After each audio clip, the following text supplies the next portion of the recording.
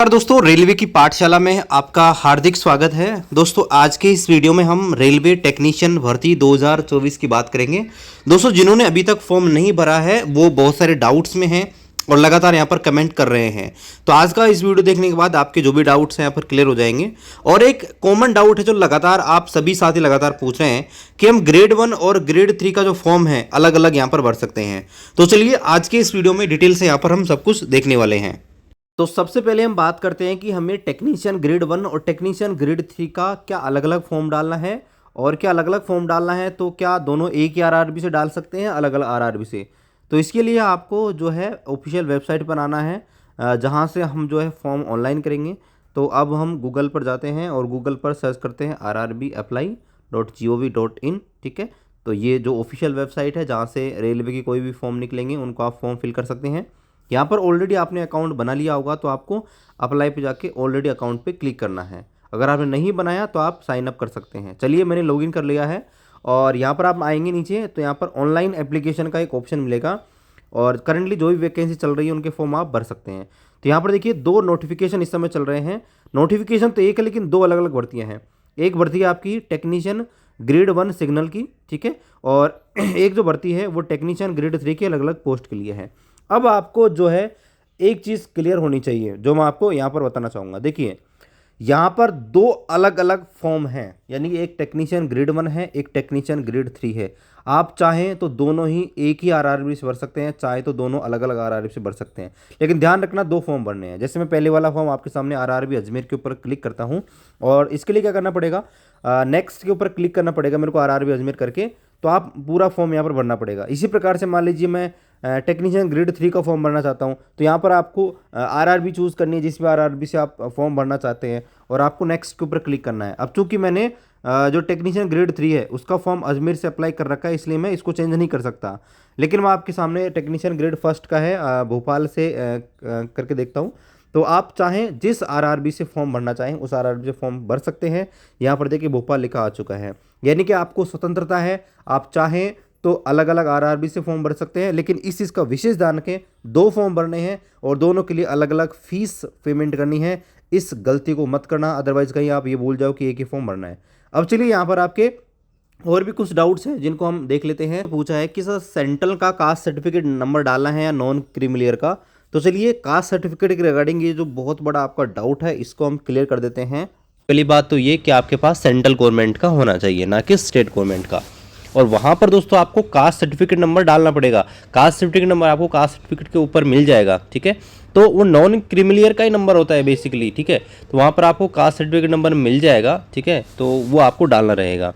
आगे पूछा जाएगा जिस बात का आपने थंबनेल लगाया है उसका आंसर आपकी वीडियो में नहीं है और ना ही पूरे वीडियो में। तो मैंने देखो थंबनेल में ये लिख रखा है कि टेक्नीशियन ग्रेड 1 और टेक्नीशियन ग्रेड 3 का फॉर्म अलग अलग भरना है क्या, और अभी मैंने इस वीडियो के अंदर उसका रिप्लाई दे दिया है। माफ़ी चाहता हूँ मैं पहले इसका रिप्लाई नहीं दे पाया तो, क्योंकि वीडियो पहले वाला थोड़ा लंबा हो गया होगा इसलिए मैं मिस कर गया हूँ।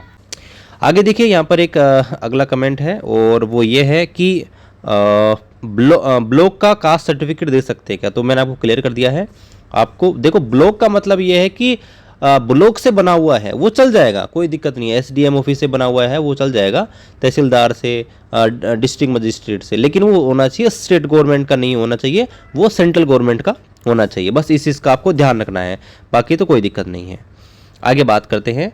मैं ओबीसी में हूँ, एनुअल इनकम 36,000 रुपये है, तो क्या मैं फीस कंसेशन ले सकता हूँ।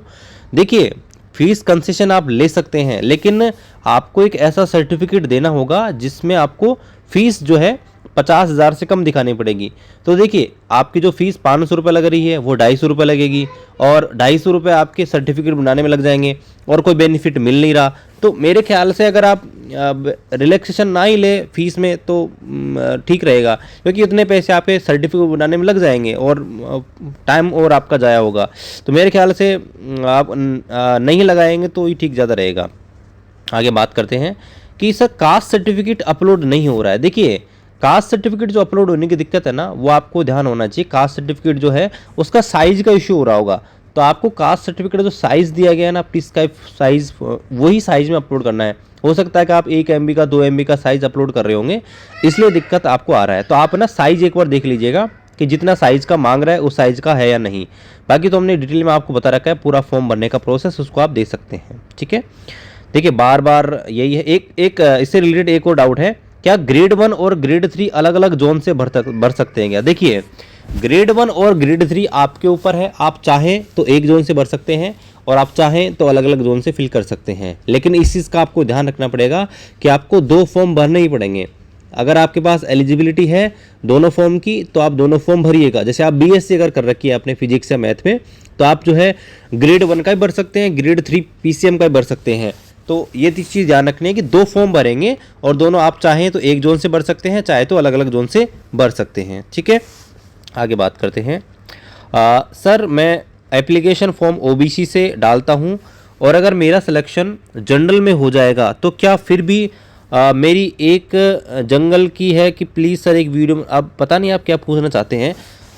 अगर आप ये पूछना चाहते हैं कि अगर आप जनरल फाइट हो जाते हो, अगर ओबीसी में अगर आप हैं तो क्या आपका सिलेक्शन जनरल से होगा, तो देखिए इसका मैं आपको जवाब देना चाहूँगा कि जो जनरल की जो पोस्ट है, यानी कि जो रिजर्व पोस्ट नहीं है, ओपन है, यानी कि अनरिजर्व जो पोस्ट होती हैं यूआर, उसमें क्या होता है कि जो टॉपर होते हैं पहले उनसे वो सीट भरी जाती है, चाहे आप ओबीसी के हो, एससी के हो, एसटी के हो, ईडब्ल्यूएस के हो। तो पहले दोस्तों जो टॉपर होते हैं उनसे वो अनरिजर्व वाली पोस्ट यहाँ पर भरी जाती है। उसके बाद जो रिजर्वेशन वाली जो पोस्ट है एससी, एसटी, ईडब्ल्यूएस, ओबीसी, वो वाली पोस्ट भरी जाती है। तो अगर आप ओबीसी से हो और अगर आप जनरल की कट ऑफ फाइट कर लेते हो तो आपको जनरल में कंसिडर किया जाएगा। आगे यहाँ पर पूछा गया है, सर हमारे पास फोटो वाइट बैकग्राउंड में है फिर भी एरर दे रहा है कि photo should be in white background. तो देखिए वाइट बैकग्राउंड में एक बार कर लीजिएगा, और मैंने आपको बताया भी था किस प्रकार से आप कर सकते हैं। बहुत सारे तरीके हैं, गूगल पे भी आप जाएंगे तो वाइट बैकग्राउंड करके दे देगा। एक बार देख लीजिएगा साइज़ का कुछ इश्यू हो रहा है क्या, अदरवाइज आप रिट्राई कीजिएगा तो आपका हो जाएगा, कोई दिक्कत नहीं आएगी। ठीक है, आगे बात करते हैं। सर आधार नहीं ले रहा है, क्या करें? देखिए आधार कार्ड में अगर आपका कोई एरर है, आधार कार्ड वेरिफिकेशन नहीं हो रहा है, तो मैंने इसके ऊपर अलग से वीडियो बना दिया है, आप उसको देख लीजिएगा। आधार से संबंधित जो प्रॉब्लम है उसका सॉल्यूशन आपको जो है मिल जाएगा पूरा। कास्ट का न्यू बनवाना पड़ेगा क्या सेंटर का? देखिए कास्ट सर्टिफिकेट आपको जो चाहिए फॉर्म भरने की अंतिम डेट से पहले का आपको चाहिए। एक तो अगर आप ओबीसी से बिलोंग करते हैं तो जब आपका डॉक्यूमेंट वेरिफिकेशन होगा उस टाइम का अलग से चाहिए। ठीक है, तो ये चीज़ ध्यान रखना, फॉर्म भरने की लास्ट डेट से पहले का एक आपको कास्ट सर्टिफिकेट देना पड़ेगा। ठीक है, तो आप बनवा लीजिए, अगर नहीं बनवाया तो अदरवाइज आपको दिक्कत हो जाएगी। ठीक है, आगे बात करते हैं। सर मैं रेलवे के अलावा दूसरे इंस्टीट्यूट से अप्रेंटिस किया हूँ, तो क्या मैं इस पर यस करूँ या नो? देखिए अगर आप दूसरी जगह से अप्रेंटिस किए हैं तो उसका बेनिफिट आपको रेलवे में नहीं मिलेगा। ठीक है, अगर आप रेलवे से ही अप्रेंटिस की हैं तो ये आपको उसका बेनिफिट मिलेगा। तो अगर आपने दूसरी जगह से कर रखा है तो उस पर नो ही कीजिएगा, कोई दिक्कत नहीं है। ठीक है, सर मेरे को लास्ट में जोन शो नहीं हो रहा है। देखिए जोन शो नहीं हो रहा है तो आप क्या कीजिए, एक बार लॉग आउट कीजिएगा एप्लीकेशन फॉर्म को, और शुरुआत में ही जोन सिलेक्शन का ऑप्शन आता है, अगर वहाँ आपको शो हो रहा है तो कोई दिक्कत नहीं है, आप कंटिन्यू कर सकते हैं। आगे यहाँ पर है कि सर कैपिटल और स्मॉल लेटर में नेम लिखा है, कोई दिक्कत है क्या? देखिए नाम कैपिटल स्मॉल लेटर में चल जाएगा, कोई दिक्कत नहीं है। सिग्नेचर का आप देखना, सिग्नेचर जो है ब्लॉक लेटर में नहीं होना चाहिए। स्मॉल लेटर में इंग्लिश में करते हैं तो आप पहला अक्षर कैपिटल लिख सकते हैं, और रनिंग हैंड राइटिंग में होना चाहिए। ठीक है, ब्लॉक लेटर में नहीं होना चाहिए, इस चीज़ का ध्यान रखें। हिंदी इंग्लिश दोनों में कर सकते हैं, वैसे कोई दिक्कत नहीं है। ठीक है सर, अगर नाम की स्पेलिंग में एक लेटर एरर है, मार्कशीट में वो सही कर लिया है, तो क्या रेलवे टेक्नीशियन में नेम चेंज के ऑप्शन पे क्लिक करना है क्या? देखिए नेम चेंज का जो ये ऑप्शन है ना, वो जब होता है जब आप आपका नाम पूरी तरह चेंज कर लेते हो। ठीक है, जैसे मेरा नाम खेमराज है और मैं कुछ और ही रख लेता हूँ, राजेश रख लूँ, कुछ भी रख लूँ, तो फिर मेरे को यहाँ पर ऑफिशियल सर्टिफिकेट बनाना पड़ता है। लेकिन यहाँ पर क्या है कि आपका कोई अगर एक दो लेटर में मिस्टेक है तो आप उसका एफिडेविट लगा सकते हैं। ठीक है, तो या आपका अगर पॉसिबल है तो डॉक्यूमेंट में भी चेंज करवा सकते हैं। जैसे जब आपका आधार कार्ड है, आधार कार्ड में एरर है तो उसको चेंज करवा सकते हैं, या आप एफिडेविट लगवा सकते हैं, कोई दिक्कत नहीं होगी। उसमें आपको जो है ऑप्शन चेंज, नाम चेंज वाले पे क्लिक नहीं करना, क्योंकि नाम चेंज करेंगे तो सर्टिफिकेट आपसे मांगेगा। तो अगर आपने ऑफिशियली नाम चेंज किया है तो आपको सर्टिफिकेट देना होगा। ठीक है, फीस सबमिट करने के बाद डिजी लॉकर का ऑप्शन शो हो रहा है, क्या करें? देखिए डिजी लॉकर का ऑप्शन आता है, आप चाहें तो उसके अंदर जो है आपका अकाउंट को लिंक कर सकते हैं। ठीक है, बाकी कोई दिक्कत नहीं है। आगे यहाँ पर है भैया, मैंने ITI डीजल मैकेनिक से किया हूँ और PCM से भी किया हूँ, क्या एजुकेशन क्वालिफिकेशन में दोनों फिल कर दूँ? देखिए, दोनों फिल कर सकते हैं आप, और जैसे आप दोनों फिल करेंगे तो जो आपके पास एजुकेशन क्वालिफिकेशन है उसके बिहाफ पे जो जो पोस्ट पर आप एलिजिबल है ऑटोमेटिक शो हो जाएंगी, और आपको जो है पोस्ट प्रीफरेंस यहाँ पर डालना होगा, ठीक है, वो आपका हो जाएगा। सर साइट ओपन नहीं हो रही, देखिए साइट कई बार क्या होता है सर्वर की वजह से एरर आता है, तो वो देख लीजिएगा, खुल जाती है, कोई दिक्कत नहीं है। आधार वेरीफाई का इश्यू मैंने आप बता दिया है। सर साइन में हिंदी में कर सकते हैं क्या? बिल्कुल आप हिंदी में कीजिए, कोई दिक्कत नहीं है, बस थोड़ा ये है कि रनिंग हैंड राइटिंग कीजिएगा तो ज़्यादा बेटर रहेगा, ठीक है, कोई दिक्कत नहीं है। सर पिक अपलोड नहीं हो रहा है, देखिए पिक में मैंने आपको ये बताया कि वो साइज़ का इशू हो सकता है, साइज़ को आप देख लीजिएगा, छोटा बड़ा साइज़, जो साइज़ मांगा गया है 70 KB से छोटा होना चाहिए, तो आप जो 50-55 KB के आस पास का जो है देख लीजिएगा एक बार, ठीक है। सर प्रीव्यू एप्लीकेशन में फ़ोटो सिग्नेचर शो नहीं हो रहा है, देखिए प्रीव्यू में अगर आप फोटो सिग्नेचर शो नहीं हो रहा है तो आप क्या कर सकते हैं, आप एक बार लॉग आउट कीजिए, लॉगिन कीजिए, और एक बार पूरे स्टेप जो आपके हैं 4-5 education qualification, basic detail, sign, photo, उनको दोबारा से अपलोड कर दीजिएगा। आई थिंक आपका प्रॉब्लम सॉर्ट आउट हो जाएगा। फिर भी देखिए आपका कोई भी डाउट रह जाएगा, मैं आपको स्क्रीन पर नंबर दिखा रहा हूँ और ईमेल दे रहा हूँ, इन नंबरों पर आप दिन में कॉल कर सकते हैं। आपको इस भर्ती के रिगार्डिंग, टेक्नीशियन भर्ती के रिगार्डिंग फॉर्म भरने में कोई भी दिक्कत आ रहा है, आप दोस्तों यहाँ पर पूछ सकते हैं, और इस ईमेल पर भी आप जो है मेल कर सकते हैं।